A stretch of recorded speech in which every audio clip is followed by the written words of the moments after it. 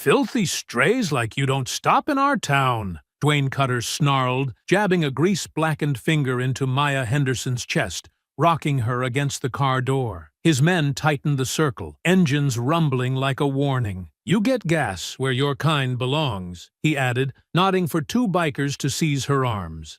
Their fists clamped around her biceps, pinning her in place while another biker lifted his phone. "Come on, sweetheart. Give us that scared look." Maya didn't move, didn't blink, held herself still like steel. None of them noticed the lone Harley rolling closer, carrying the man they'd soon regret provoking. Before we go any further, comment where in the world you are watching from and make sure to subscribe, because tomorrow's story is one you don't want to miss. Maya's heart thundered in her chest, but she kept her breathing steady. 25 years of nursing had taught her to stay calm in emergencies. This was just another crisis to manage, even if her hands trembled slightly as she gripped her gas pump. The afternoon sun beat down mercilessly on the cracked asphalt. Heat waves rippled off the chrome of the motorcycles surrounding her, their engines growling like hungry predators. The smell of hot metal and exhaust fumes made her nose wrinkle. "I asked you a question," Dwayne sneered, taking another step closer. His leather vest creaked as he moved, patches displaying Confederate flags and racist symbols that made Maya's stomach turn. "You sure this is your neighborhood, sweetheart?" Maya kept her voice level, professional, the same tone she used with difficult patients. "I'm just getting gas, then I'll be on my way." One of the bikers laughed, the sound sharp and ugly. "Hear that, boys? She'll be on her way." He pulled out his phone and started recording, pointing it directly at her face. "Come on, smile for us." Through the gas station's grimy window, Maya caught Lena's eye. The clerk's face was pale, her hands fidgeting with her phone before quickly dropping it below the counter. Maya couldn't blame her for hesitating. In a town like this, calling the police might make things worse instead of better. "Actually," Dwayne said, moving to lean against Maya's car door, his fingers leaving greasy smudges on the clean blue paint, "maybe you ought to stick around. We don't get many visitors out here."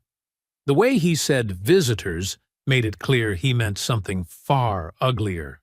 Another biker spat on the ground near Maya's shoes. "Yeah, this ain't really your kind of place." Maya's grip tightened on the gas pump. She'd lived through decades of this. The subtle threats, the not-so-subtle slurs, the constant reminder that some people viewed her very existence as a provocation. Usually, she would swallow her anger, stay quiet, live to drive another day. But something in her had shifted. Maybe it was exhaustion from her 12-hour shift. Maybe it was the weight of all those years of keeping her head down. "I have every right to be here," she said, her voice carrying across the lot. "And I'm not going to pretend otherwise to make you comfortable." The biker's grins faltered for a moment, surprised by her defiance. Dwayne's face darkened as he pushed off her car, boots scraping against pavement as he stepped even closer. "Rights?" He spat the word like it tasted bad. "Let me tell you something about rights in Iron County." A biker with a patchy beard reached out and slapped Maya's gas cap closed with a sharp click. Another one revved his engine, the sudden roar making her flinch despite herself.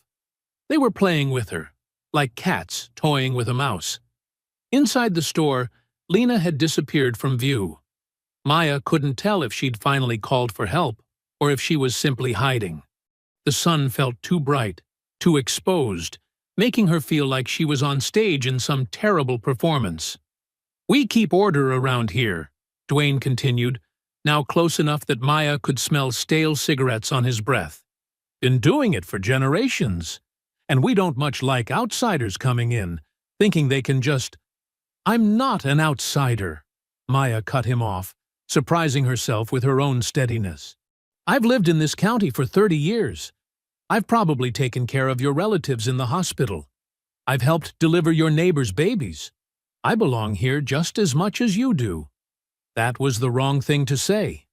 Maya knew it as soon as the words left her mouth.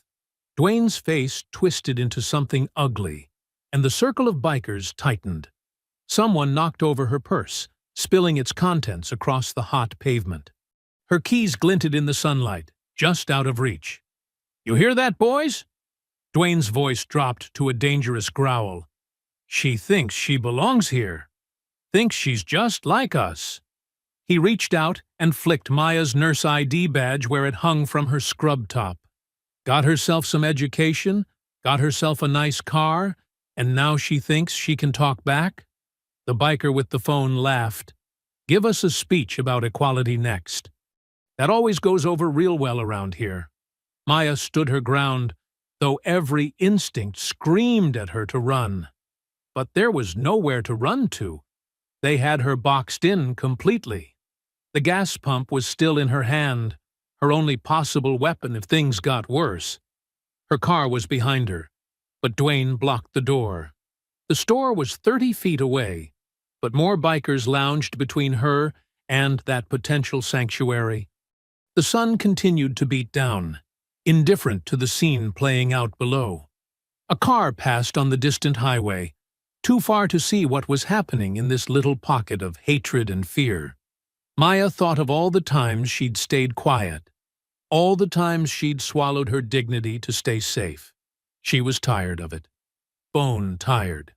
She squared her shoulders and lifted her chin, looking Dwayne directly in the eyes.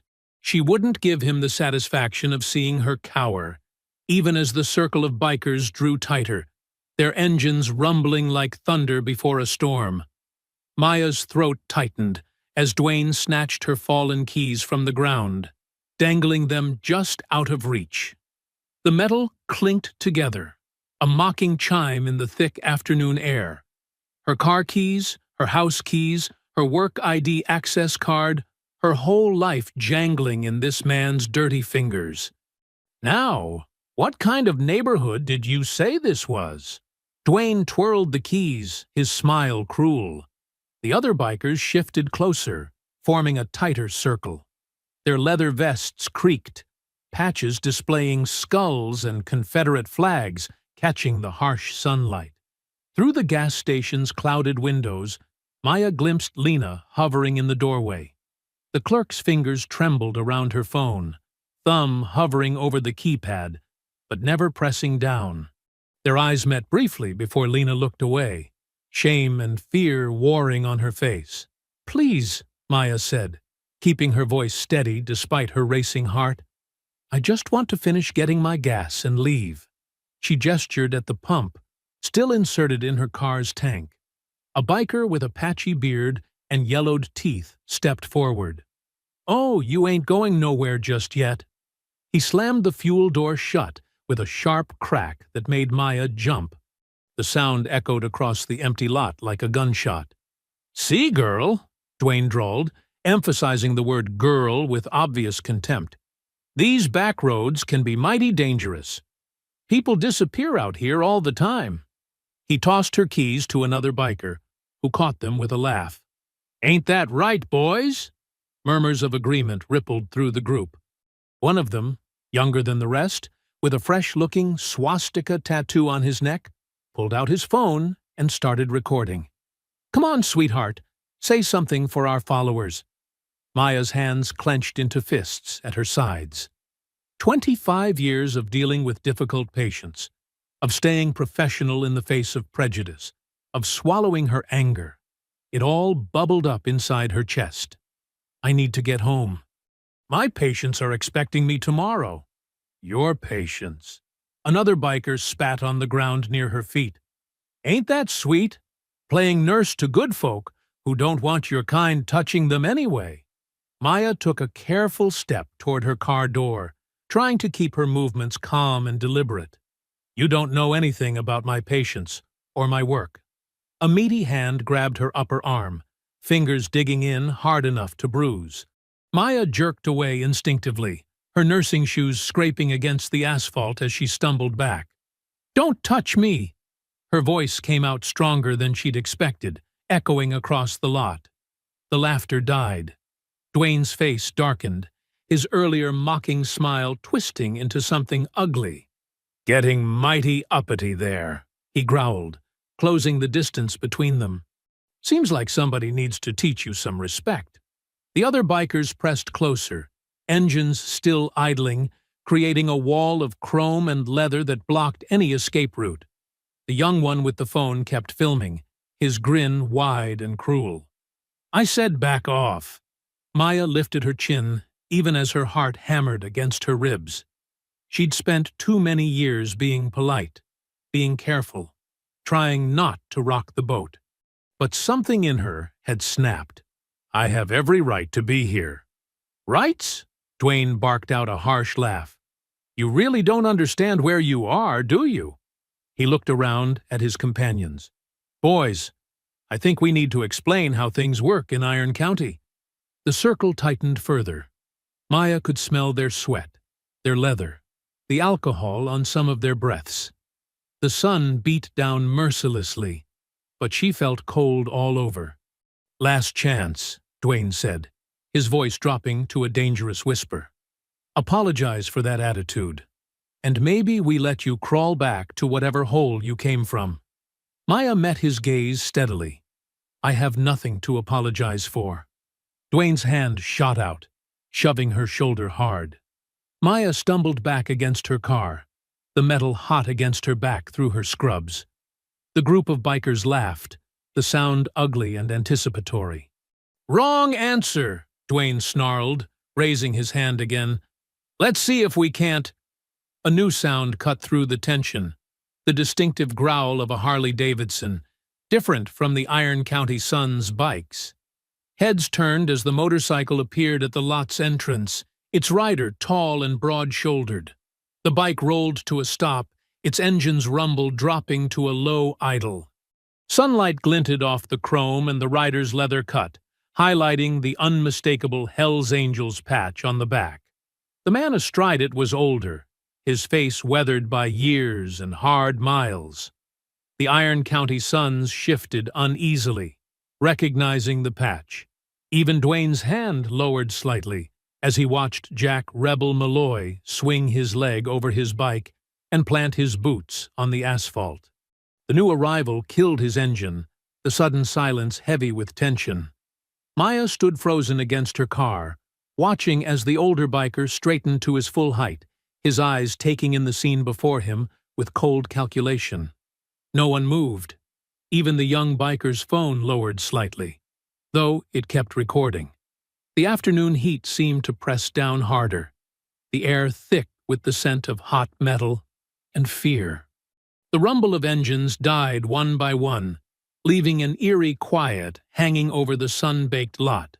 Jack Malloy dismounted his Harley with deliberate slowness, his weathered boots hitting the asphalt with a solid thud. The HELLS Angels patch on his cut seemed to absorb the harsh sunlight, commanding attention from every pair of eyes in the lot. He took his time, scanning the scene like he was counting heads and measuring distances. His gaze swept from Maya pressed against her car, to Dwayne's aggressive stance, to the circle of Iron County Suns who had suddenly gone very still. "Afternoon," Jack said, his voice gravelly and low.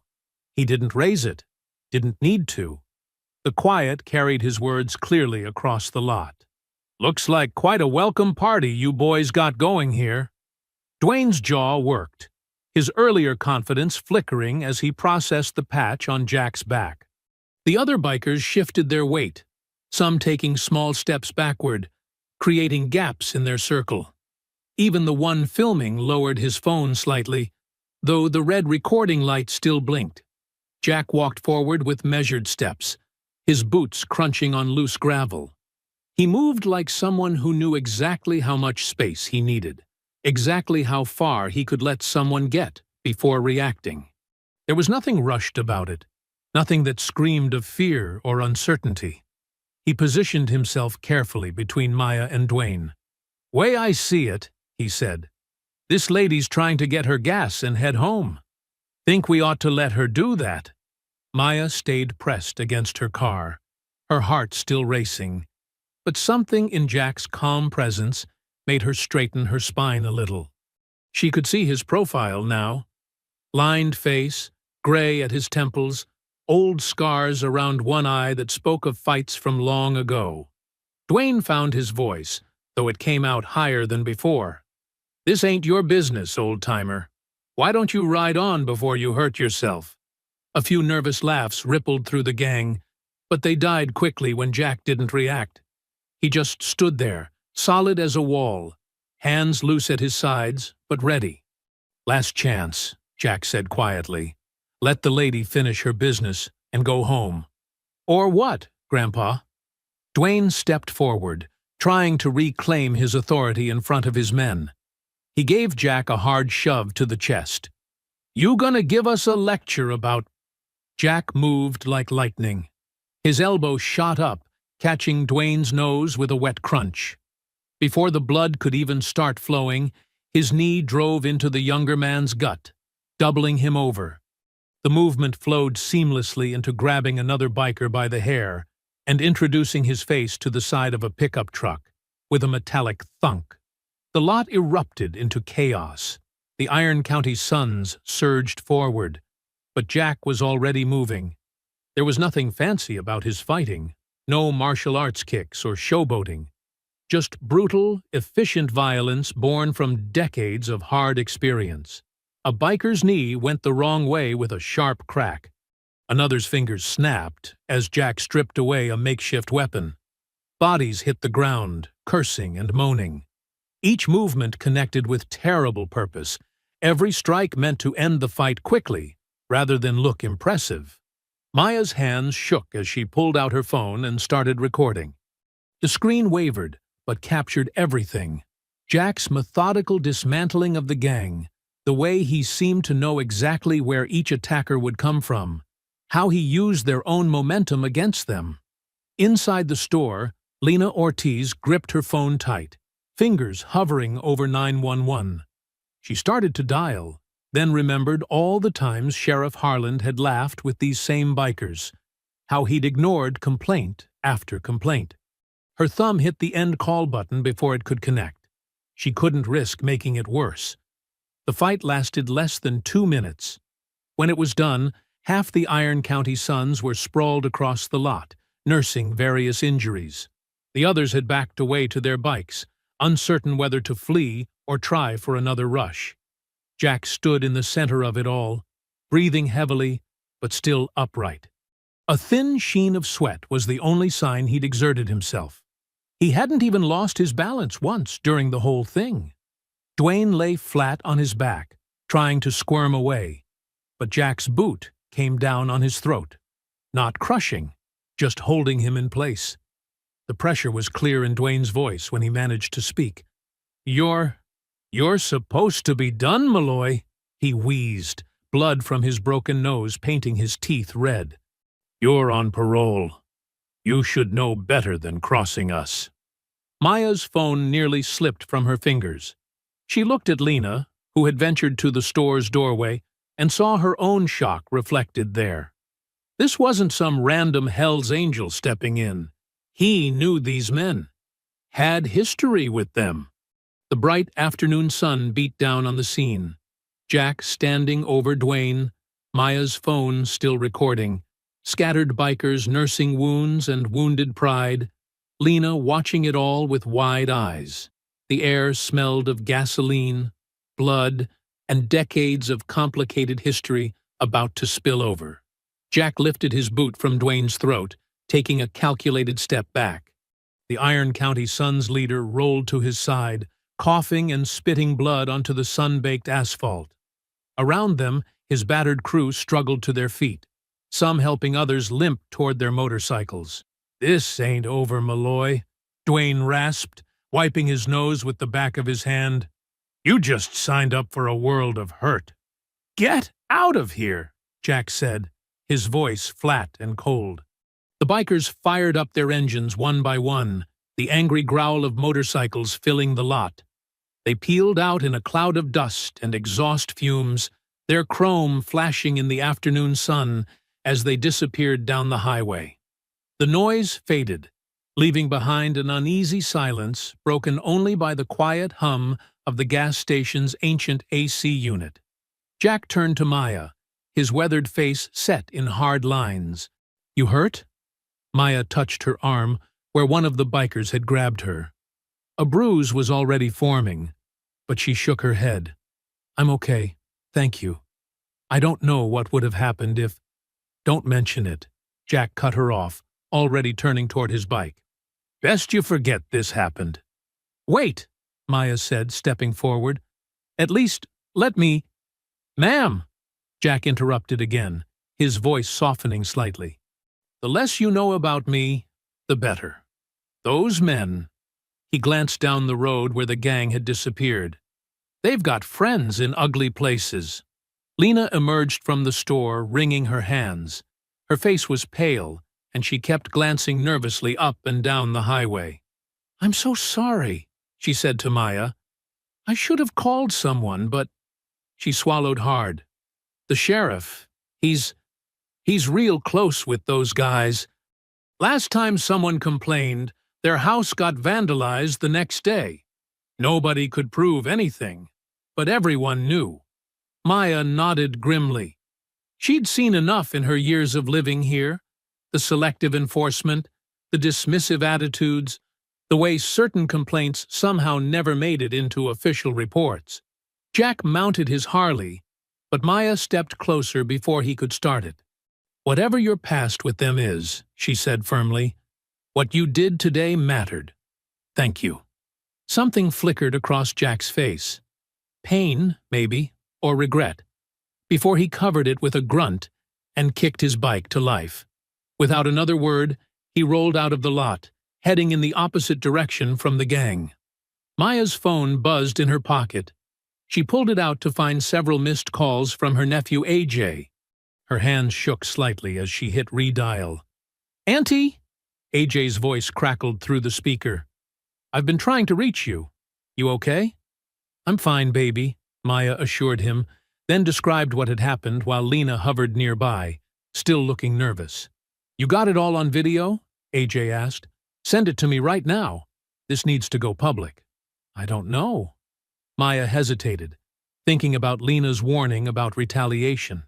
"Auntie Maya," AJ's voice grew serious, "how many times have we watched stuff like this happen? How many times have they gotten away with it because nobody spoke up? You've got proof this time." Maya sent him the video, then drove home in a daze, her mind replaying the confrontation over and over. She fixed herself dinner but barely tasted it, checking her phone constantly as AJ texted updates about trimming and stabilizing the footage. As night fell, she sat in her living room, staring at the upload screen. Her finger hovered over the post button as doubts crashed through her mind. What if the gang came after her? What if the sheriff found a way to make her life hell? What if? Then she remembered all the times she'd stayed quiet. The snide comments at work she'd pretended not to hear. The way she planned her routes to avoid certain areas. The constant mental calculations of what time was safe to get gas, buy groceries, exist in public spaces. She thought of her late husband saying, "Sometimes staying safe means staying silent, and sometimes staying silent kills you slower than taking the risk." Maya typed a simple caption. "This happened today at the Highway 23 gas station. Iron County Sons gang harassing me until a stranger intervened. Sheriff's office has ignored complaints about this group for years. Not staying quiet anymore." Her thumb pressed post before she could second-guess herself again. She tried to sleep, but kept checking her phone. By midnight, the video had hundreds of shares. Comments poured in, people recognizing the gang members, sharing their own stories of harassment, praising the mysterious HELLS angel who stepped in. Local social justice groups began tagging news outlets. Maya watched the numbers climb, feeling simultaneously exposed and empowered. Every share was like a tiny act of defiance. Every supportive comment, a brick in a wall of solidarity. But she also knew that somewhere out there, Dwayne and his crew were seeing the same shares, reading the same comments, nursing their wounds and their wounded pride. By sunrise, the video had gone viral. Over 10,000 shares, comments flooding in from across the country. Maya sat at her kitchen table, coffee growing cold beside her, watching the notification counter tick upward. Her phone hadn't stopped buzzing since she woke up. She clicked on one comment that read, "Iron County's sons have been terrorizing people for years. Finally, someone caught them on camera. Time for things to change." Her hands trembled slightly as she set the phone down. There was no going back now. The truth was out there, spreading faster than she could track it, beyond anyone's power to contain it. The morning sun streamed through Maya's kitchen window as she sat at her small oak table, both hands wrapped around a coffee mug that had long since gone cold. Her phone buzzed constantly, each notification making her flinch slightly. The video had exploded overnight, reaching far beyond Iron County's borders. "You're so brave," read one comment. "About time someone exposed these thugs," said another. But mixed in with the support were darker messages. Racial slurs, threats of violence, promises to teach her a lesson. Some came from accounts with Confederate flag avatars, others from blank profiles created in the last few hours. Maya's hand trembled as she scrolled, making the screen shake. She set the phone down and took a deep breath, trying to steady herself. The morning news played quietly on her small kitchen TV, showing traffic and weather. The normal rhythm of life continuing as if everything hadn't just changed. Her phone lit up with AJ's face, and she grabbed it quickly. "Morning, baby." "Auntie, you seeing all this?" AJ's voice crackled with energy despite the early hour. "The video's everywhere. Civil rights groups are sharing it. News outlets are asking for permission to air it. You did the right thing." "And the threats?" Maya asked quietly. "I'm documenting everything," AJ assured her. "Screenshots, archives, IP addresses when I can get them. I'm catching an early bus down there. Should be in town by tonight. We need to—" A flash of white and blue through her front window caught Maya's attention. Her breath caught as she watched a patrol car pull up to her curb, followed by another. "AJ, I need to go. Police are here." "Record everything," AJ said quickly. "I mean it, Auntie. Start your phone recording right now." Maya ended the call and propped her phone against the fruit bowl, camera facing the front door. Through the window, she watched Sheriff Roy Harlan step out of his vehicle, adjusting his belt with practiced casualness. Two deputies flanked him as he approached her porch, his boots heavy on the wooden steps. The doorbell chimed. Maya stood slowly, smoothed her shirt, and walked to answer it. Her heart hammered, but she kept her face neutral as she opened the door. "Ms. Henderson." Sheriff Harlan's smile was TV commercial perfect, not quite reaching his pale blue eyes. "Beautiful morning, isn't it? Mind if we come in for a chat?" Maya gestured them inside, noting how the deputies positioned themselves. One by the door, one near the kitchen entrance, boxing her in without being obvious about it. "Coffee?" she offered, more to have something to do with her hands than actual hospitality. "That's mighty kind, but we won't take much of your time." Harlan settled into her armchair uninvited, still wearing that practiced smile. "Quite a day you had yesterday. Wanted to check how you're holding up." "I'm fine, Sheriff," Maya said, remaining standing. "Thank you for your concern." "That was brave of you," he continued, "standing up to those fellows like that. Course, things could have gotten real ugly if that biker hadn't shown up." He leaned forward slightly.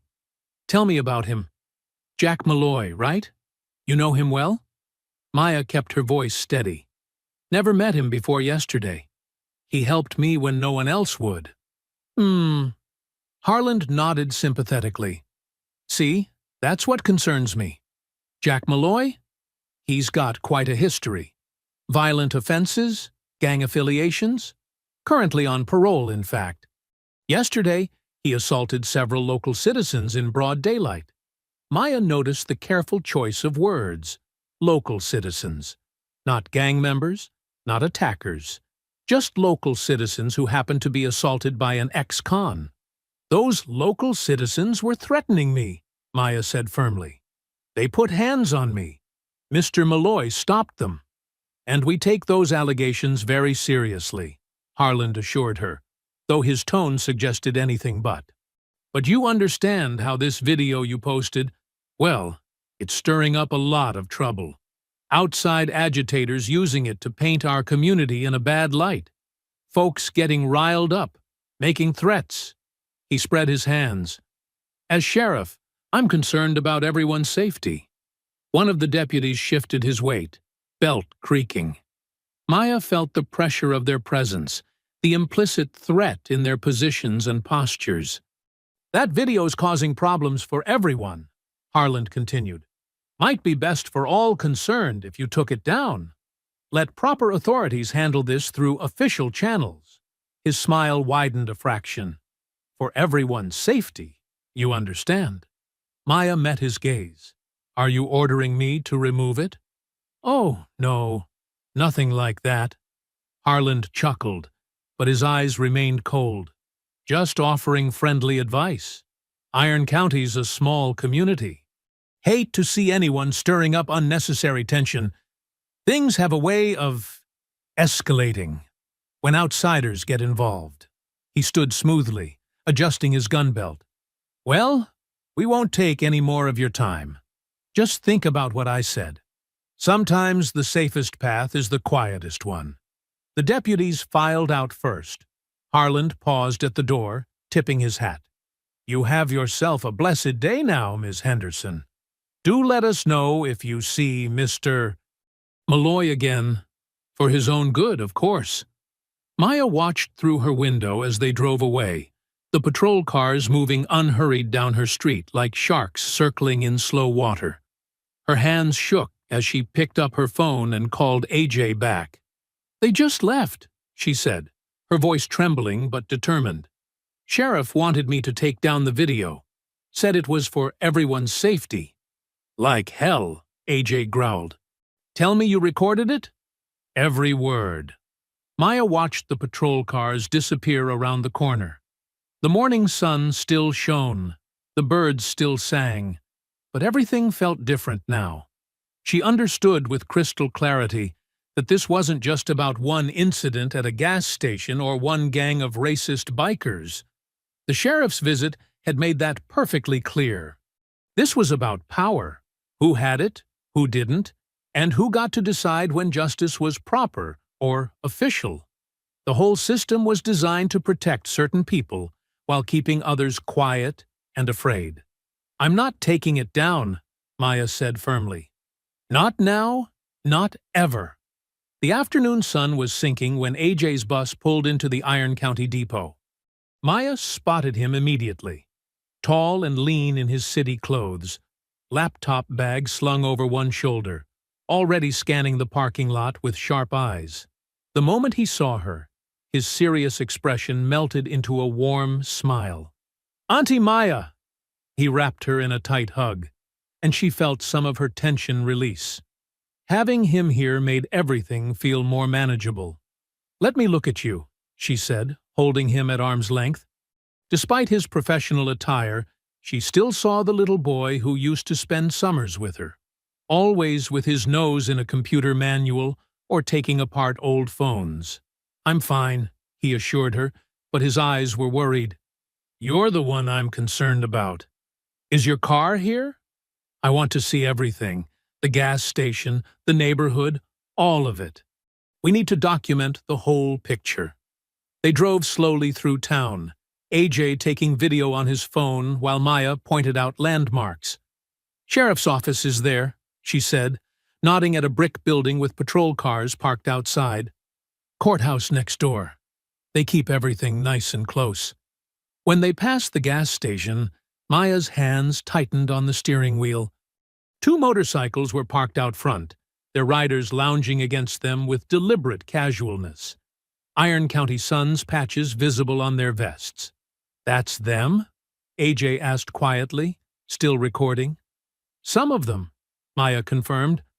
"Not Dwayne, though."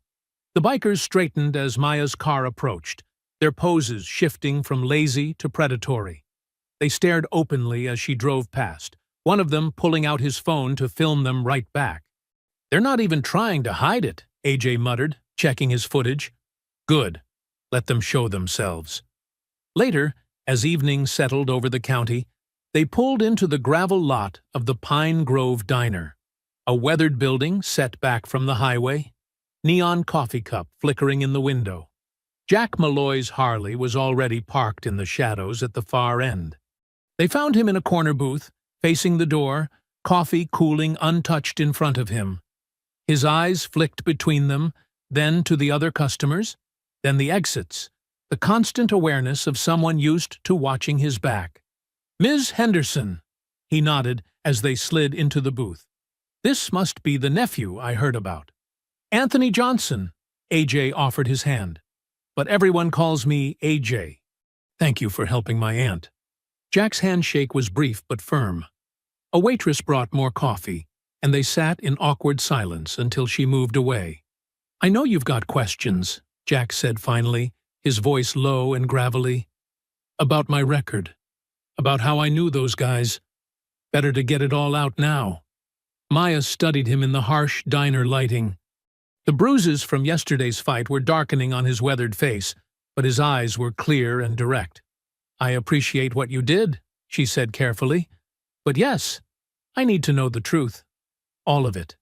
AJ pulled out his phone. "Mind if I record this?" "For documentation only. We need to establish context in case things escalate."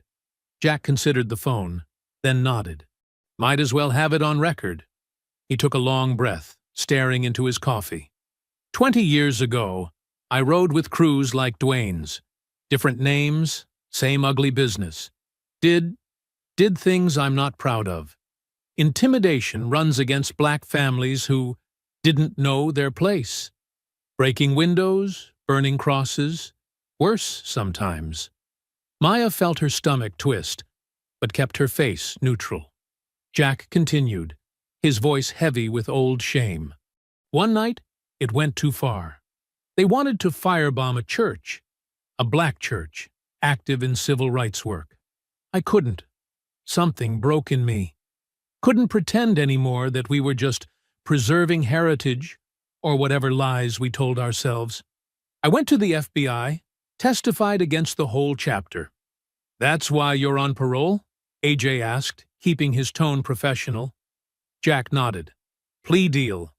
I did time for my part in earlier incidents, but they reduced the sentence for my cooperation.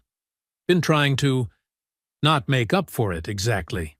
You can't make up for that kind of evil, but at least not be part of it anymore.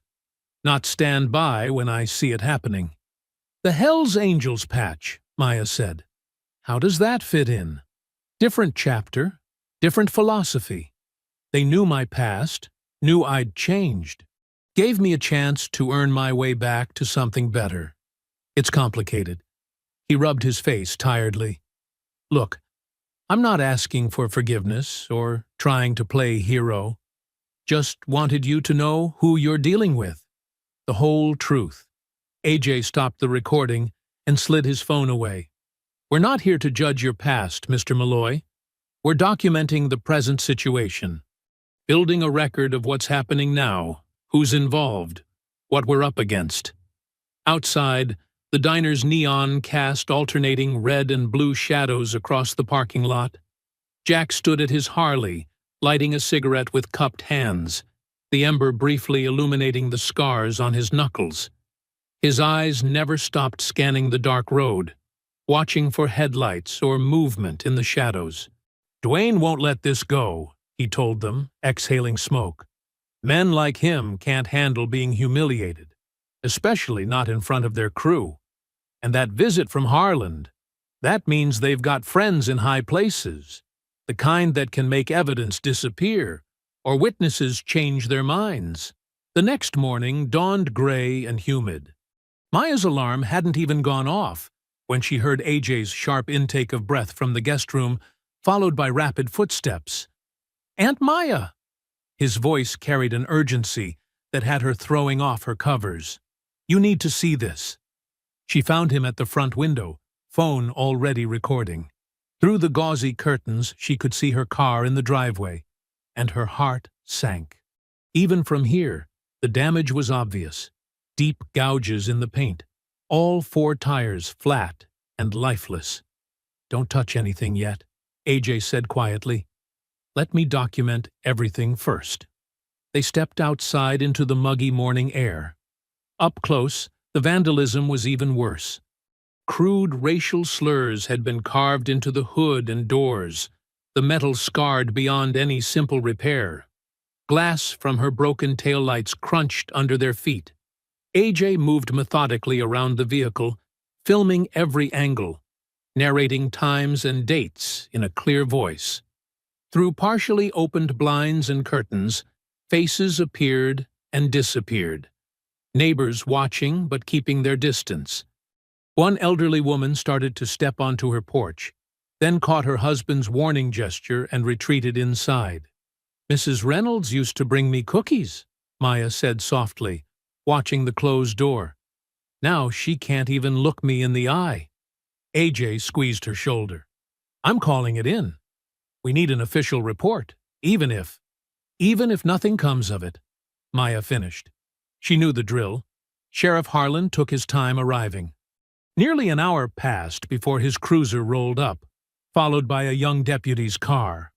The sheriff stepped out unhurried, adjusting his hat, scanning the street with the casual interest of someone checking the weather. "Ms. Henderson," he drawled, hands hooked in his belt. "Quite a mess you've got here."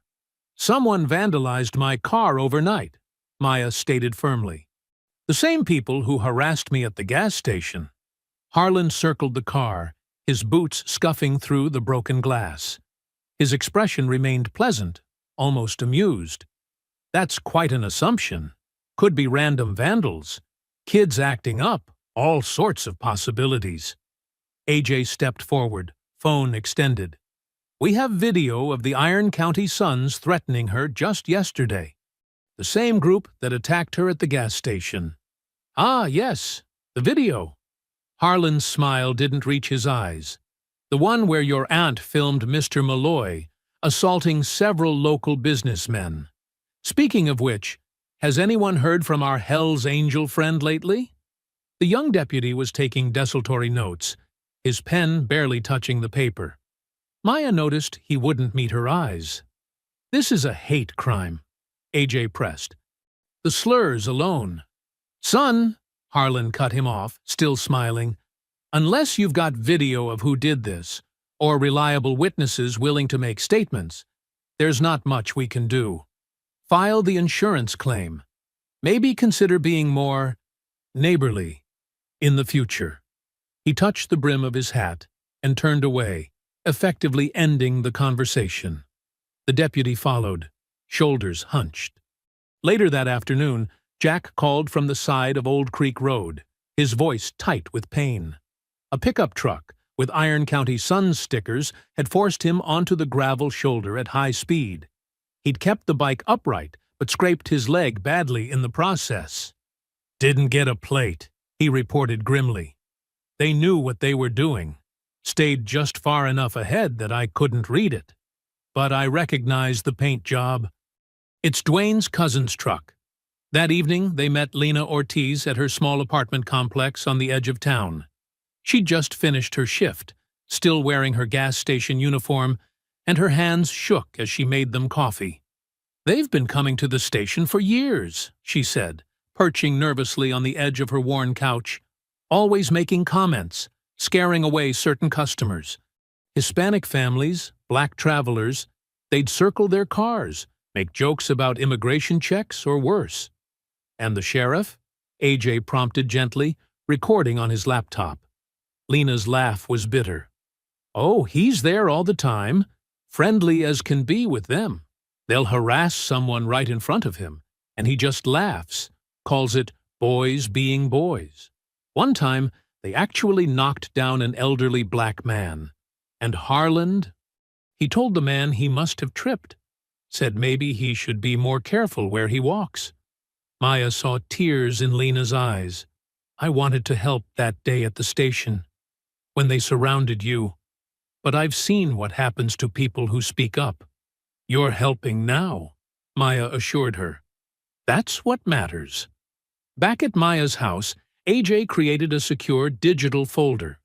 He methodically organized everything: photos of the vandalized car, Jack's detailed description of the road incident, Lena's recorded testimony, the original gas station video, screenshots of online threats, and the sheriff's dismissive response to the damage. The NAACP has a strong local chapter, he said, typing rapidly. And I know a civil rights nonprofit that specializes in cases like this. They need to see all of it. The pattern, the police involvement, everything. Maya watched the progress bar as the files uploaded to the email attachments. Each document, each photo, each video clip felt like another stone being added to a wall between her old life of quiet endurance and whatever came next. Send, AJ said finally, and clicked the button. The messages disappeared into the digital ether, carrying their evidence to people who might be able to help. Maya sat beside him, both of them staring at the screen, feeling the weight of what they'd just set in motion. The next morning's light filtered through Maya's kitchen window as she and AJ huddled over laptops at the breakfast table. Her phone buzzed with an email notification. The civil rights lawyer wanted to meet via video that afternoon. They're taking us seriously, AJ said, relief evident in his voice. But we need more ammunition before that call. His fingers flew across the keyboard, diving deep into local news archives and public records. Maya watched him work, nursing her second coffee. The morning felt heavy with possibility and danger. Jack had texted that he'd join them for the video call from his trailer, not wanting to risk being seen at Maya's house again. Wait! AJ sat up straighter, squinting at his screen. Holy shit! Look at this! He turned his laptop toward Maya. The image was from a local newspaper's website, dated 5 years ago. Iron County Sons host annual charity ride. In the photo, Sheriff Harlan stood beaming beside a younger Dwayne Cutter, both men flanking a oversized check made out to some children's foundation. Behind them hung the Iron County Sons banner, complete with their distinctive logo. They're not even trying to hide it, Maya said, studying the familiar sneer on Dwayne's face, the comfortable way Harlan's hand rested on his shoulder. There's more. AJ opened another tab. Found a whole gallery. Look, Harlan at their clubhouse opening, at summer barbecues, every major Iron County Sons event. He's there, front and center. Maya's phone buzzed again. AJ had set up an encrypted messaging system for anyone wanting to share information safely, and a new contact was reaching out.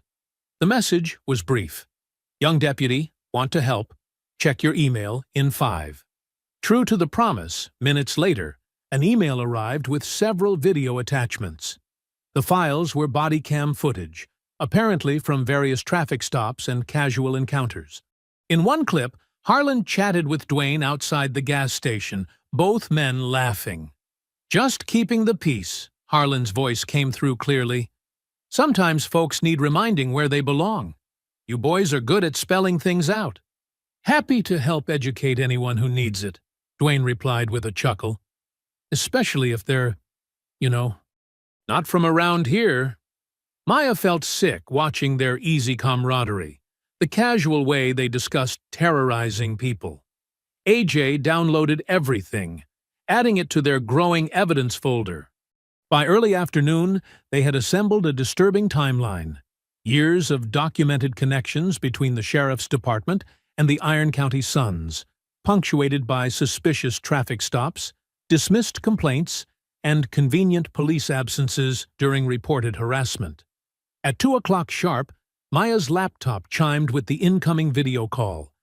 The lawyer, A sharp-eyed woman named Patricia Martinez listened intently as they laid out their findings. Jack joined from his trailer, the wind whistling through his poor connection. "This is compelling," Martinez said finally. "The body cam footage especially. That's going to be hard to explain away. But we need more. Contemporary witnesses, people willing to go on record about current harassment. The historical pattern matters, but recent victims will have more impact." "People are scared," Maya admitted. "The Sons have been here so long, hurt so many families." "That's why building community support is crucial," Martinez replied. "The churches you mentioned, are they willing to let you speak?" Maya nodded.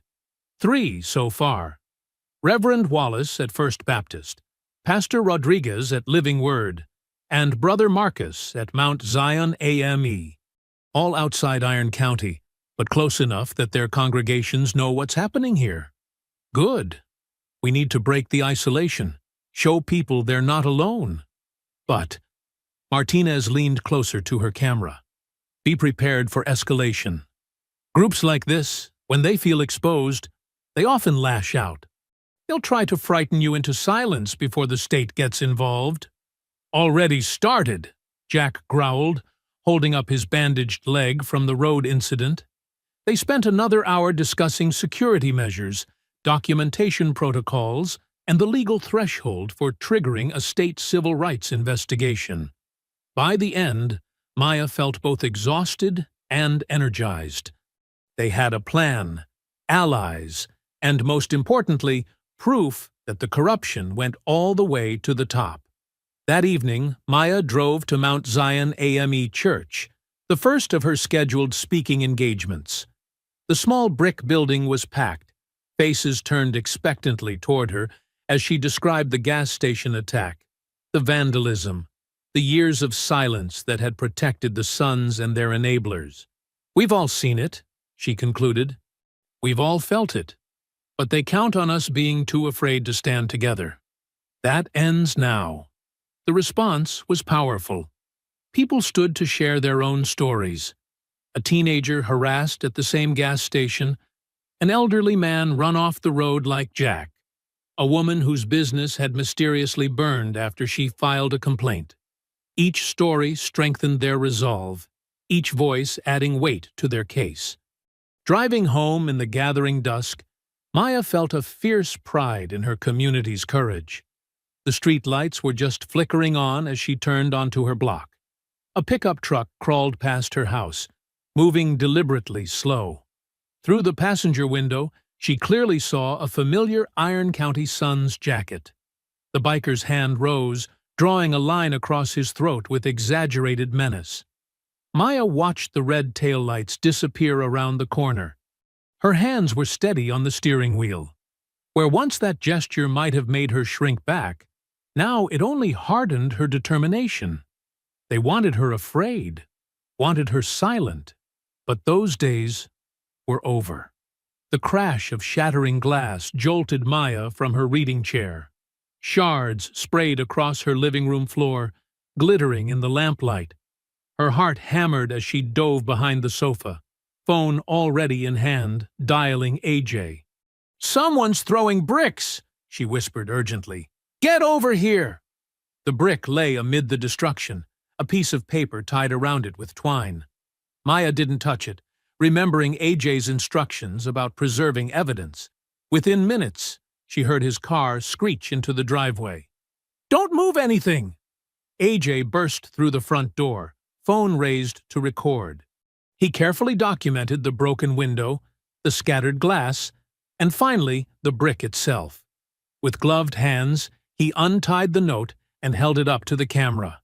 "Next time, it ain't just glass.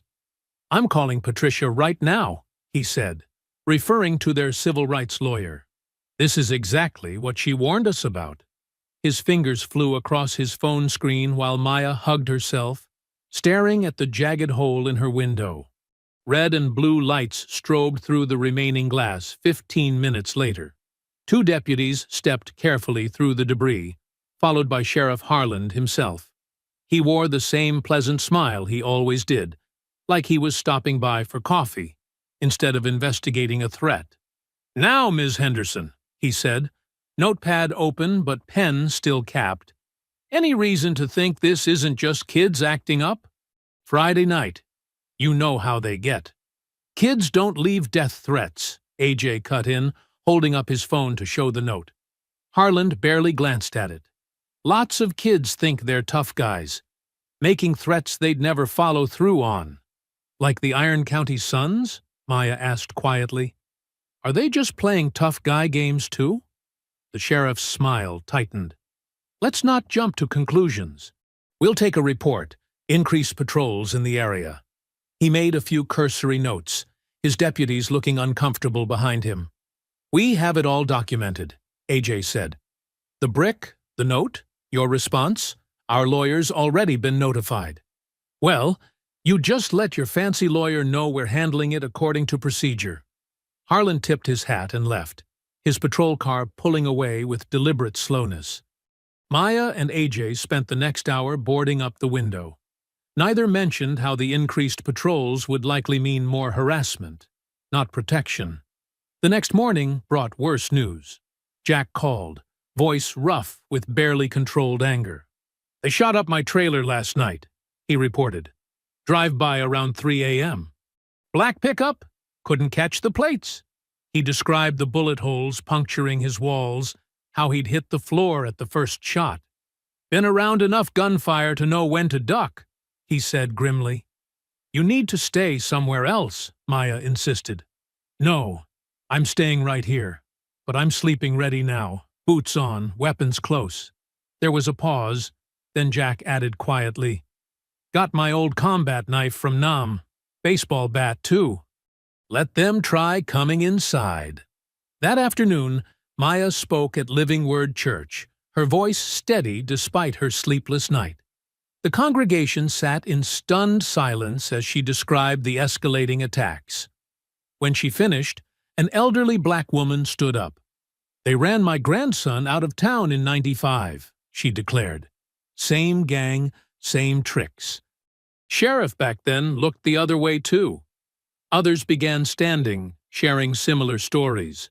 Businesses threatened, homes vandalized, children terrorized. AJ recorded everything, his laptop filling with testimonies spanning decades. A pattern emerged. The Iron County Suns would target anyone they deemed outsiders, while local law enforcement consistently minimized or ignored the violence. The next evening at First Baptist, the crowd had grown. Latino families filled several pews, nodding grimly as Maya spoke. White faces dotted the gathering too. Former victims, concerned citizens, people finally willing to acknowledge the rot in their community. "My husband's garage was vandalized last year," a white woman testified, voice shaking. "We knew who did it. They'd been threatening him for hiring Mexican mechanics. But the sheriff's office said there wasn't enough evidence." Social media amplified their voices. AJ's careful documentation spread across platforms. The gas station attack, the vandalism, the brick, Jack's bullet-riddled trailer. Each post tagged relevant authorities and civil rights organizations. The story began appearing on local news sites, then regional ones. "Look at this," AJ said 3 days later, showing Maya his phone. A reporter from the state capitol had picked up the story, focusing on the documented connection between Sheriff Harland and the Iron County Suns. The article included the charity ride photo and quotes from the leaked body cam footage. Maya's phone rang an hour later. Patricia Martinez, their lawyer, calling with news. "The Attorney General's office reached out," she said without preamble. "They've been monitoring the social media coverage and news reports. They want everything we've got. All the documentation, testimonies, photos, videos. They're particularly interested in evidence of Sheriff Harland's involvement." "Are they actually going to do something?" Maya asked, hardly daring to hope. "They're being careful with their language, but yes, I believe they are. Keep gathering evidence. Keep speaking out. The pressure is working." That evening, Maya stood at her boarded-up window, remembering the brick's trajectory, the explosion of glass, the crude threat. Outside, a patrol car rolled past, one of Harlan's promised increased patrols. The deputy inside didn't wave or slow down, just watched her house with empty eyes. Her phone buzzed with another message from Jack. "More bikes circling my place. Letting you know where I am if anything happens." She typed back quickly, making sure he knew to keep recording everything. The Iron County Suns were escalating, but so was the resistance against them. Every threat they made, every act of intimidation, only added to the mounting evidence of their crimes. Maya touched the rough plywood covering her window, feeling not fear, but a grim satisfaction. They thought violence would silence her. Instead, it was giving her a louder voice. Maya stood in her kitchen, watching the morning news with AJ. The anchor's voice filled the room. The State Attorney General's office has announced a preliminary civil rights investigation into allegations of systemic racism and corruption in Iron County law enforcement, specifically focusing on connections between the Sheriff's Department and a local motorcycle gang known as the Iron County Suns.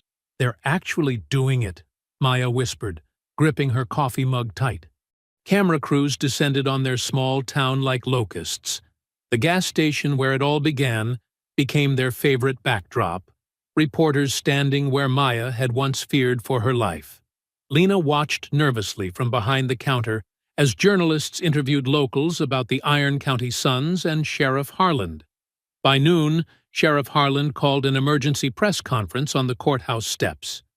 He stood at the podium in his crisp uniform, badges gleaming, the picture of rural law enforcement. "These allegations are nothing more than political attacks," he declared, voice steady but eyes hard. "Our department has always served all citizens equally under the law. Any suggestion otherwise is simply false." The reporters weren't buying it. A journalist from Atlanta thrust her microphone forward. "Sheriff, how do you explain these photos showing you at multiple events with Dwayne Cutter, the gang leader currently under investigation?" "Those were charity events," Harland replied smoothly. "The Iron County Suns participate in toy drives, fundraisers. As sheriff, I attend many community functions. What about the body cam footage where you discuss scaring off outsiders with Mr. Cutter?" Another reporter called out. Harland's smile tightened. "That footage is taken completely out of context. We were discussing legitimate concerns about drug trafficking from outside our jurisdiction." The questions grew more pointed. Harland's answers became increasingly clipped. When asked about Maya's viral video, he insisted he couldn't comment on ongoing investigations. That afternoon, the district attorney's office announced assault charges against Dwayne Cutter and 2 other Iron County Suns members for the gas station attack. The DA looked uncomfortable at his own press conference, reading from prepared statements and refusing follow-up questions. The evidence, including video footage and witness statements, supports charging these individuals with assault, intimidation, and civil rights violations, he recited mechanically. Maya watched it all unfold on AJ's laptop in her living room. Jack sat in her reading chair, his weathered face unreadable. "They're actually doing something," Maya said. "The system's working." "Don't celebrate yet," Jack warned, but even he couldn't completely hide his relief. Support poured in from everywhere. After Sunday service, church members hugged Maya, congratulating her on standing strong. Online messages praised her courage. Local teenagers made TikTok videos about taking down corrupt cops. The Iron County Suns were notably absent from their usual haunts. No more intimidating loitering at the gas station, no more threatening drive-bys. "Maybe they finally got the message," AJ said hopefully, scrolling through positive comments on their latest social media updates. Maya spoke at a community meeting that evening, sharing her story again, but this time with triumph rather than fear. "This isn't just about one incident or one group," she told the packed room. This is about changing a system that protected bullies and punished victims. We're showing that justice is possible when we stand together." The crowd applauded. Even some white residents who'd initially been skeptical now nodded along. The mood was cautiously optimistic. Local news covered the state investigation's first steps. Investigators interviewed witnesses, collected documents, and reviewed years of complaint records. Maya provided them with AJ's meticulously organized evidence file. The civil rights lawyers seemed confident. "This is textbook systemic discrimination," Patricia Martinez told them during a video call. "The state has everything they need to act." For the first time in weeks, Maya slept through the night without startling at every sound. The boarded window remained an ugly reminder, but it felt more like a badge of honor now. Proof that she'd stood her ground and won. Jack maintained his vigilance but allowed himself small moments of peace. He fixed his bullet-damaged trailer, replaced some furniture, and even started talking about teaching motorcycle maintenance at the community college. "Might as well use my skills for something good," he said gruffly, when Maya expressed surprise at his plans. A week into the investigation, Maya drove past the gas station and saw no Confederate flags, no threatening bikers, just ordinary customers going about their day. Lena waved from behind the counter, standing taller now. The Iron County Suns had grown quieter, their usual swagger dampened by public scrutiny and pending charges. When they did appear in town, they kept their heads down and avoided eye contact. Their silence felt like victory. That evening, Jack finished some late repairs on his Harley and headed home as the sun set.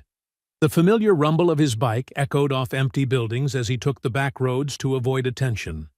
Old habits die hard. In his mirrors, headlights appeared. Then more headlights. A convoy of bikes and trucks materialized behind him, gaining speed.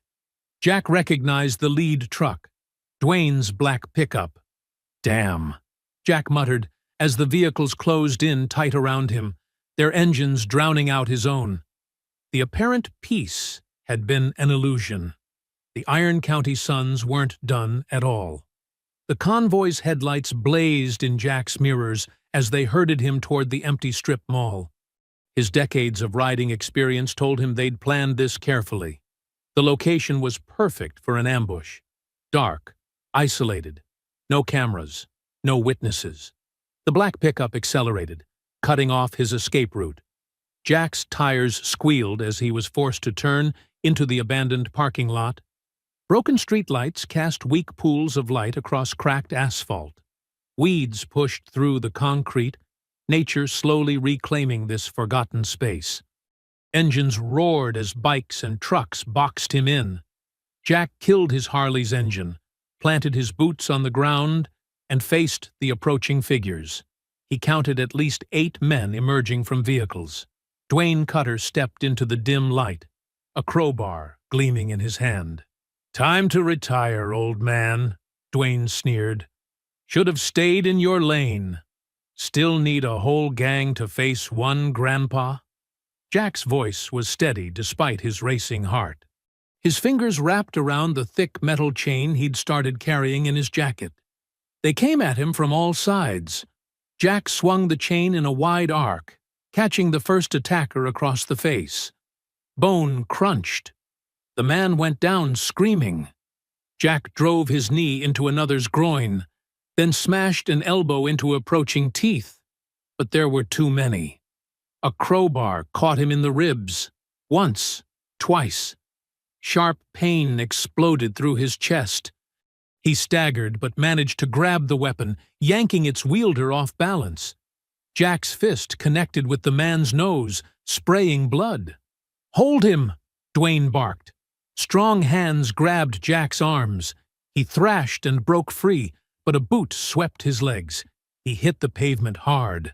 Steel-toed boots slammed into his sides. Someone stomped on his hand. Jack curled inward, protecting his vital organs like he'd learned in prison fights years ago. The beating seemed endless. Jack's vision blurred. Blood filled his mouth. His ribs screamed in agony with each labored breath. Through the pain, he heard Dwayne's voice. "That's enough. Let the cops find him." Sirens wailed in the distance. Jack tried to push himself up, but collapsed. His face pressed against cool asphalt as red and blue lights painted the walls. He recognized Sheriff Harlan's voice before darkness clouded his vision. "Well, well," Harlan drawled.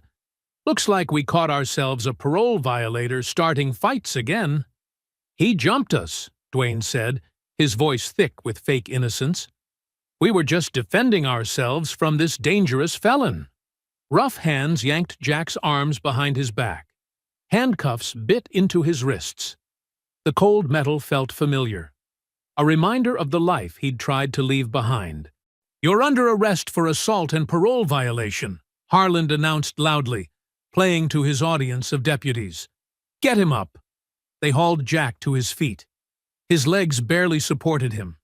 Through swollen eyes, he saw the Iron County Suns watching, their faces smug with victory. His beloved Harley lay on its side, chrome scratched, mirrors shattered. Across town, other pieces of their carefully built case were crumbling. At the gas station, the manager discovered the security system's hard drive had mysteriously failed. Hours of footage, including backup angles of the original assault on Maya, vanished into digital nothing. In Sheriff Harlan's office, Lena Ortiz sat rigid with fear. Her hands trembled as Harlan leaned over his desk, his friendly smile more threatening than any shout. "Now, Lena," he said softly, "we both know you were confused that day. Stress can play tricks on memory, and we wouldn't want any complications with your employment status or immigration matters." "I'm a citizen," Lena whispered. "Born in Arizona. Papers can get lost. Records can be questioned." Harlan slid a document across his desk. "This statement just clarifies what you really saw. Nothing complicated." Lena stared at the paper, tears blurring the words that would undo their case. Her signature would label Maya a liar, paint Jack as the aggressor. But her children needed her job. She couldn't risk everything. With a shaking hand, she signed. The young deputy who'd leaked the damaging body cam footage found his locker cleaned out. A suspension notice citing misconduct under investigation taped to the door. His calls to the police union went straight to voicemail. In Maya's living room, AJ held his aunt as she broke down. Her shoulders shook with sobs of fury and despair. "They're going to get away with everything," she choked out. "Again. They always do." "We'll fight back," AJ promised, but his voice lacked conviction. Their evidence was vanishing. Their witnesses were being silenced. The system they'd trusted was revealing its true colors. In the county jail, Jack sat alone in a cramped cell. His face was a mass of bruises, dried blood crusted in his beard. Each breath sent daggers through his broken ribs. The familiar smell of disinfectant and despair brought back decades of memories he'd tried to bury. He leaned his head against the cold concrete wall, tasting copper in his mouth. In all his years of violence and redemption, he'd always believed he could fight his way free. But this cell felt different. This time, the cage seemed final. From the drunk tank down the hall, voices sang an off-key country song about freedom. Jack closed his eyes, remembering Maya's determination, her refusal to back down. He'd failed her, failed himself. The darkness of the cell wrapped around him like an old friend come to stay. The county jail's fluorescent lights cast harsh shadows across Jack's bruised face. Maya and AJ sat across from him at the scratched visitation table, taking in his injuries. Bandages wrapped his ribs beneath the orange jumpsuit. His right eye was swollen nearly shut, and dried blood crusted at the corner of his split lip. "You need to leave town," Jack said, his voice rough. "Get out while you still can. Move to the city with AJ. Start fresh somewhere they can't touch you." Maya's hands tightened around her purse. That's not happening. They'll kill you if you stay. Jack leaned forward, wincing at the movement. These men, I used to be one of them. I know what they're capable of. You saw what they did to me. I see what they did. Maya's voice was steel. I see exactly what they did, and that's why I'm not going anywhere. Maya, please. No, she cut him off. You don't get to decide when I stop fighting. You don't get to tell me to run and hide. I've spent my whole life being careful, being quiet, trying not to make waves. Where did that get us?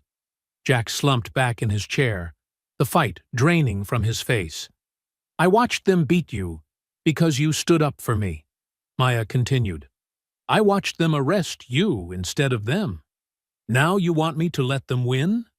To prove they can chase anyone away who dares to challenge them? They've already won, Jack muttered. Look around. I'm in here. Evidence is gone. Witnesses are scared silent. They haven't won anything, AJ interjected. The state investigation is still open. Federal civil rights people are watching. We just need to be smarter about how we fight back. Maya reached across the table, her hand stopping just short of Jack's battered knuckles. You didn't give up on me at that gas station. Don't give up now. Something flickered in Jack's good eye, a spark of his old defiance. You're both crazy, he said, but his voice held a hint of warmth. Probably, Maya agreed. But I'm done being their victim. Done being their cautionary tale about staying in my place. You with us? Jack studied her face for a long moment. Finally, he gave a slight nod.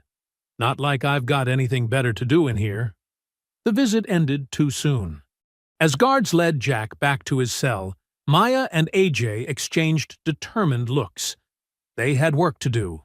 2 hours later, they sat at Maya's kitchen table with their lawyer, Sandra Chen, spreading documents across the scarred wood surface. Coffee cups and legal pads crowded between laptops and phones. The local system is completely compromised, Sandra said, tapping a stack of papers. Sheriff, DA, half the deputies. They're all tangled up with the Iron County Suns, but that corruption actually gives us leverage with state and federal authorities. The suspended deputy sent more proof. AJ pulled up encrypted messages on his laptop. Internal memos showing Harland ordered evidence deleted. Witnesses pressured. He was sloppy. Left a paper trail. Good, Sandra nodded. But we need more than paper. We need undeniable proof they can't make disappear. Maya wrapped her hands around her coffee mug, thinking, what about phones? Everyone films everything these days. They'll just confiscate phones, crash hard drives. AJ shook his head. Then his eyes lit up. Unless we don't store anything locally. We live stream everything. Live stream? Maya asked. Multiple encrypted feeds going straight to cloud servers, social media, news outlets. AJ's fingers flew across his keyboard. If enough people are watching in real time, they can't cover it up.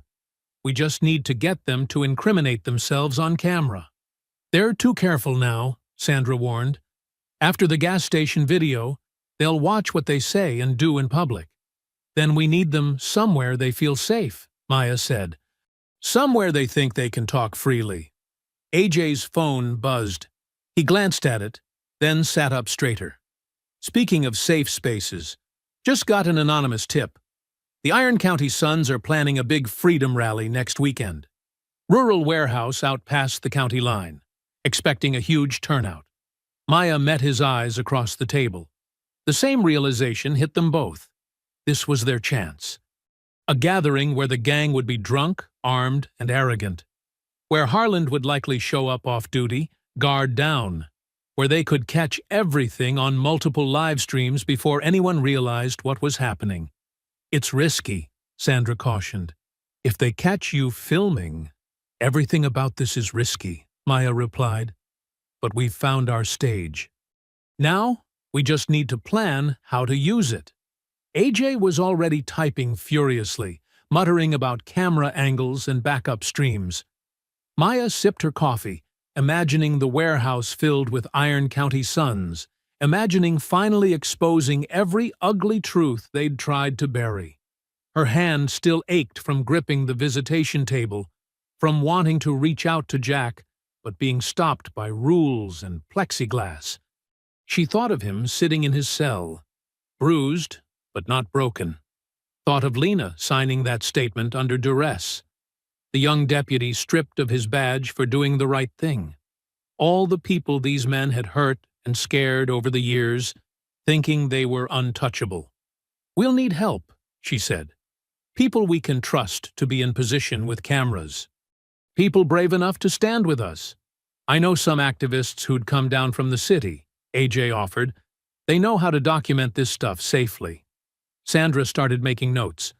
"I'll alert some colleagues to be ready, have people monitoring the streams. If we catch anything criminal, we can move fast." The kitchen filled with the energy of purpose, of a plan taking shape. Outside, afternoon sun slanted through the windows, casting long shadows across the yard where the gang had left their threats. But Maya didn't feel afraid anymore. She felt ready. The metal door of the county jail groaned open. Jack stepped into the harsh sunlight, squinting as Maya and AJ hurried to meet him. His face was still a mess of purple and yellow bruises, but his eyes held steady determination. "Bond went through faster than expected," he said, limping toward Maya's car. "Your lawyer's good." "Sandra knows how to push the right buttons," AJ replied. "Those photos of your injuries hit social media hard. Plus the deputy's statement about the arrest being suspicious. They couldn't keep you without looking worse." Maya opened the passenger door for Jack, noticing how he winced getting in. "How are the ribs?" "Been better. Been worse." Jack adjusted himself carefully in the seat. "Where are we meeting, everyone?" "Old church basement on Oak Street," AJ said from the back. "Pastor's sympathetic, but wants deniability. We go in different doors, different times." They drove through town carefully, watching for followers. The church sat quiet and dark, its worn brick walls offering silent protection. They entered through the side door, one at a time, descending creaking stairs to where a single bulb lit the basement meeting room. The suspended deputy, James Wilson, was already there, still strange to see in civilian clothes instead of his uniform. He had a stack of papers on the folding table in front of him. "Took these before they suspended me," he said without preamble. "Harlan's emails going back 6 months. Look at the highlighted parts." Maya leaned over the printouts. Phrases jumped out. "Keep the boys safe from complications. Know how to shut down complainers. Handle it like always." Nothing explicitly criminal, but the pattern was clear. "He was careful with words," Wilson said. "But anyone reading these knows what he meant. The sons do whatever they want, and he makes sure nothing sticks." "We need more than implications," Jack said, easing himself into a metal chair. "Need them saying it outright." The basement door creaked again. Lena Ortiz slipped in, looking over her shoulder despite being alone. Her hands twisted nervously in front of her. "I'm sorry I'm late," she whispered. "Had to make sure no one followed." "You okay?" Maya asked gently. "You don't have to do this." "Yes, I do." Lena's voice strengthened slightly. "I let them scare me into lying. I need to make it right." AJ pulled equipment from his backpack. Tiny cameras, microphones, earpieces. "These are professional grade. The camera looks like a shirt button. Mic clips inside your collar. Sound and video upload instantly to secure servers." He demonstrated the setup while explaining, "We'll have multiple live streams running. Different angles, different platforms. Everything backs up automatically to cloud storage that the state AG's office can access. Even if they find one camera, others will keep recording." "I got word the rally's expecting over 100 people," Wilson added. "Lots of alcohol, probably weapons. They'll be showing off, running their mouths." "That's what we need," Maya said. "Them bragging about what they've done when they think they're safe." Jack shifted, grimacing at his ribs. What's the cover story for Lena being there? Local restaurant agreed to let me wear their delivery uniform, Lena said. They often cater biker events. No one looks twice at the help. They spent the next hour rehearsing scenarios. Lena practiced activating the camera naturally, positioning herself to capture conversations. Wilson mapped out where state police could stage nearby without being spotted. Maya and AJ would wait in their car with backup equipment, monitoring feeds. Remember, AJ stressed, we're not trying to catch random bikers being racist. We need clear evidence linking Harland to the son's crimes. Need them talking about the gas station attack, the witness intimidation, the evidence tampering. And if things go bad? Maya asked. I'll have state police on speed dial, Wilson said. First sign of real trouble, we shut it down. Jack's face darkened. They'll be armed, drunk, angry about the investigation. Everyone needs to be careful. They ran through the plan twice more, checking equipment, confirming signals.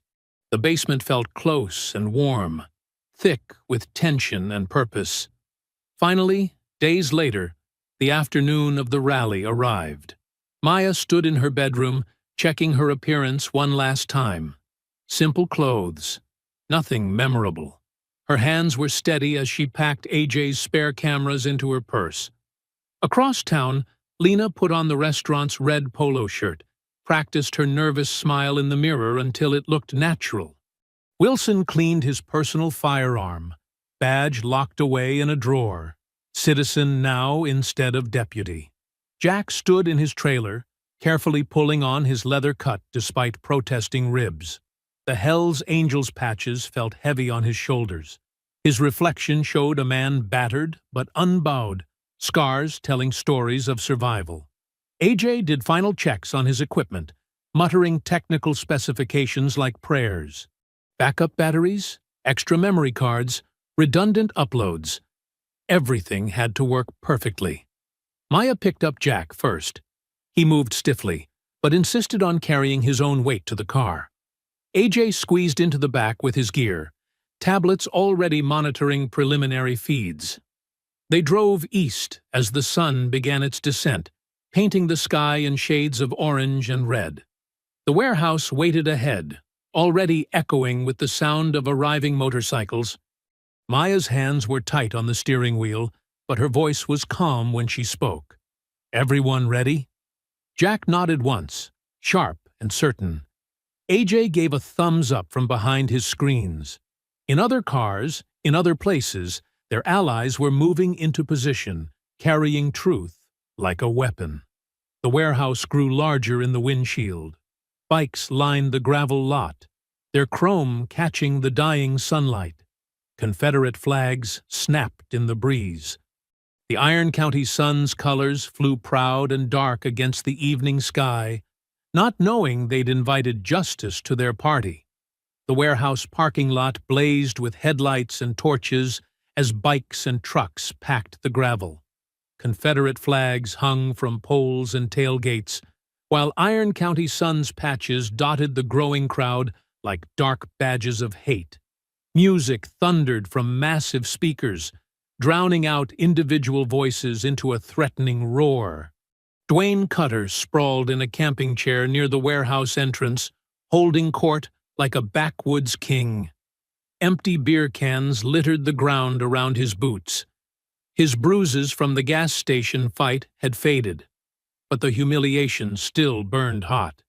"Ain't nobody gonna make fools of us in our own county," he slurred to the circle of nodding bikers. "That old man thought his Angels patch meant something. We showed him different, didn't we, boys?" Laughter rippled through his audience. Lena approached with a tray of sandwiches, keeping her eyes down, her borrowed red polo shirt making her nearly invisible to the partying bikers. The hidden camera, disguised as a button, captured everything. "Pass them sandwiches here, girl," Dwayne called, waving her closer. She complied, positioning herself perfectly as he continued bragging. "Should have seen that Trader Malloy when we caught him in that lot. All that tough talk at the gas station? Gone real quick when 6 of us had him down." More cheers. Lena's hands trembled slightly as she served food, but the camera stayed steady. Outside in Maya's car, AJ watched multiple video feeds on his laptop screen, giving quiet updates through their earpieces. "Audio's clear," he whispered. "Everything's uploading in real time." Dwayne grabbed another beer, spilling foam as he gestured. "And that nurse thinking she could shame us with her little video? That brick through her window was just the start. She'll learn. They all learn. Sheriff's got our backs anyway," someone added, and Dwayne grinned wide. "Hell yeah, he does. Harland knows how to make charges disappear. Been doing it for years." He crushed his empty can. "That's what you get when you keep the right people happy." In the shadows by the warehouse's side door, Maya and Jack listened through their earpieces. Jack's ribs ached under his leather cut, but his eyes were sharp and focused. "Got enough?" he muttered. "Feed's solid," AJ confirmed through the earpiece. "State AG's office is watching live. Multiple backups running." Maya nodded once, steel in her spine. "Let's do it." They stepped through the door into harsh fluorescent light. The warehouse fell quiet in waves as people noticed them, music suddenly seeming too loud in the tension. Dwayne stood, swaying slightly, face twisting from shock to rage. Well, he sneered. "The nurse and the traitor, coming to get beat down proper this time." "We heard you confessing, Dwayne," Maya said clearly, her voice carrying. "To assault, vandalism, witness intimidation. Hundreds of people are watching this live stream right now, including state authorities." Dwayne's face purpled. "Shut your mouth. Bye." "Including," Jack cut in, "your cute story about Sheriff Harland fixing cases for you." Dwayne's hand chopped through the air. "Take them!" The warehouse erupted. Bikers surged forward as Lena scrambled for safety, camera still rolling. Two men rushed Jack from the front, while another tried circling behind. Despite his injured ribs, Jack moved with brutal efficiency. He grabbed a pool cue from a nearby table, cracking it across the first attacker's face. The man dropped, blood spraying. Jack swept the broken cue low, taking out the second biker's knee with a wet crunch. The third man swung a chain. Jack caught it around his forearm, yanking the biker off balance and driving an elbow into his throat. More attackers came. Jack used everything in reach: chairs, bottles, tools from workbenches. Each movement was precise, each strike devastating. Maya saw a biker sneaking up behind Jack with a raised wrench. She grabbed a metal bar from a shelf and swung hard, connecting with the man's forearm. Bone snapped. He screamed, weapon clattering to the floor. "Cameras running!" AJ's voice crackled through their earpieces. "Every angle!" Dwayne bellowed and charged Jack directly. They crashed together like bulls, trading brutal shots. Jack's ribs screamed as Dwayne landed a heavy punch, but he answered with a savage headbutt that rocked the younger man back. They grappled and struck, smashing through tables and sending bikers scrambling. Despite his injuries, Jack's experience showed. He methodically broke Dwayne down with precision strikes to joints and vital areas. A final thunderous right hand dropped Dwayne to the concrete. He tried to rise and couldn't, blood streaming from his nose and mouth. Distant sirens began to wail. Dwayne's hand darted to his boot, coming up with a hunting knife. The blade slashed across Jack's forearm as he raised it defensively. But before Dwayne could strike again, Jack trapped his wrist and twisted sharply. The knife clattered away. Jack drove his knee into Dwayne's sternum and pinned him face down, arm wrenched up behind his back. Red and blue lights began strobing through the warehouse windows, painting the scene in police colors as the sirens grew louder. Red and blue lights strobed across the warehouse as state police cruisers and unmarked federal vehicles flooded the lot. Engines died, doors slammed, and officers emerged with weapons drawn. The live stream cameras kept rolling, capturing everything in stark detail. Jack pinning Dwayne to the concrete. Bloodied bikers sprawled or kneeling. Weapons scattered across the floor. "Police! Everyone on the ground!" Commands echoed through the space as tactical teams swept in, methodically securing each section. Dwayne struggled weakly under Jack's grip. "You can't do this to me. This is my county." "Not anymore," Maya said, standing tall despite her racing heart. State officers approached carefully. "Sir, we'll take him now," one said to Jack, who nodded and eased back, letting them cuff Dwayne. "Dwayne Cutter," the lead agent announced. "You're under arrest for assault, attempted murder, conspiracy to commit hate crimes." "This is garbage!" Dwayne spat blood. "Call Harland. He'll straighten this out." AJ emerged from his surveillance position, laptop in hand. Every confession is recorded and backed up to multiple secure servers, including the parts about Sheriff Harland fixing cases. Around them, other Iron County sons were being zip-tied and searched. Officers found brass knuckles, illegal knives, and several unregistered guns in their vehicles. The bikers' faces showed shock as they realized their usual protectors weren't coming to help. Lena stepped forward, still wearing her borrowed polo, and handed her recording devices to a federal agent. Her hands shook, but her voice was steady as she gave her statement about years of witnessed intimidation. Tires crunched on gravel outside. Sheriff Roy Harland burst through the door, face purple with rage. 2 deputies flanked him, looking uncertain. "What the hell is this?" he demanded. "This is my jurisdiction. You have no authority." A stern-faced state investigator cut him off. "Actually, Sheriff, we have full authority under federal civil rights statutes." She held up a thick folder. "These are transcripts of your emails discussing case fixing with Mr. Cutter, plus financial records showing unusual payments from Iron County Sons affiliated businesses to your re-election campaign." "That's ridiculous," Harland sputtered. "You can't—" "We also have tonight's live stream." The investigator nodded to a tablet showing Dwayne's drunken boasting about their arrangement. Multiple witnesses, multiple angles, all broadcast live to state and federal offices. Harland's face went from purple to ash. One of his deputies took a step back. "Roy Harland," the investigator continued, "you're under arrest for conspiracy, obstruction of justice, and violation of civil rights under color of authority." "Don't you dare!" Harland growled as she approached with handcuffs. "I've worn this badge for 28 years."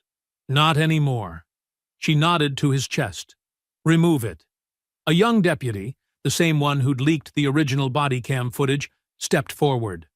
With trembling fingers, he unpinned Harland's badge. The sharp click seemed to echo through the warehouse. Harland's shoulders slumped as the cuffs closed around his wrists. The man who'd terrorized the county for decades suddenly looked small and old in the flashing lights.